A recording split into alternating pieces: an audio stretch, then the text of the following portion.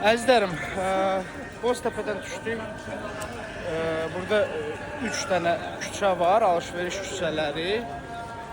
Misal şunda biri budur, uzun sokaq. Gəzirsiniz, meydanın yanında deyil, uzaq deyil. Bax belə alışveriş küçəsidir.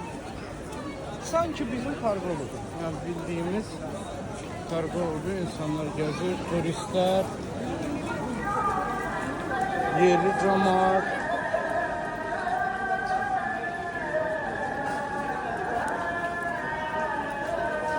Azan deyəcək, azan verilib.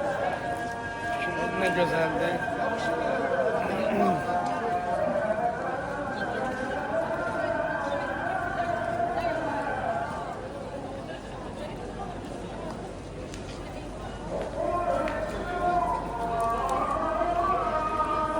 Dostlar, çox atmosferli şəhərdir. Belə qeyri-adi aurası, energetikası var.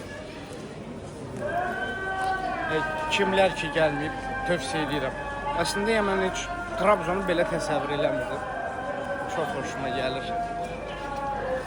Və axşam da bu arada gedəcəyik meyhanəyə. İnşallah gedək qəşəng. Sırf Türkiyədə meyhanədə olmağı arzulamışam həmişə. Görək necədir yerində. Düz Trabzonda azdır meyhanə. Dedilər ki, hardasa 6 dənədir. Onlardan ikisi, üçü normaldır. Hansına ki getmək olar, qrup şəklində falan. İndi birində musiqi yoxdur bugün, ora yox. Yerdə biri qaldı. İndi gedib baxacağıq, xoşumuza gəlsə orada axşam bir çörək yeyib, biraz efkarlanarıq bəlkə də.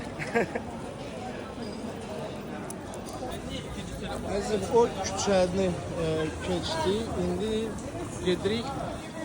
Doğru dinləndəsək, daha ucuz küçəyə bizim öz aramızda ilə adlandırdıq, bizim Vasmoya.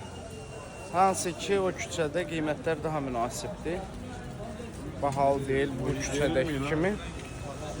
İndi müqayisə eləyəcəyik.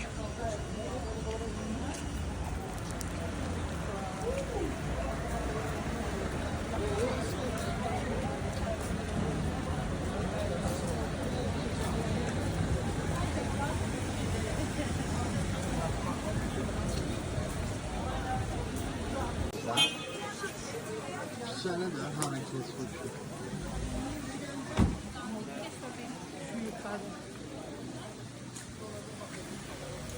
Geldik.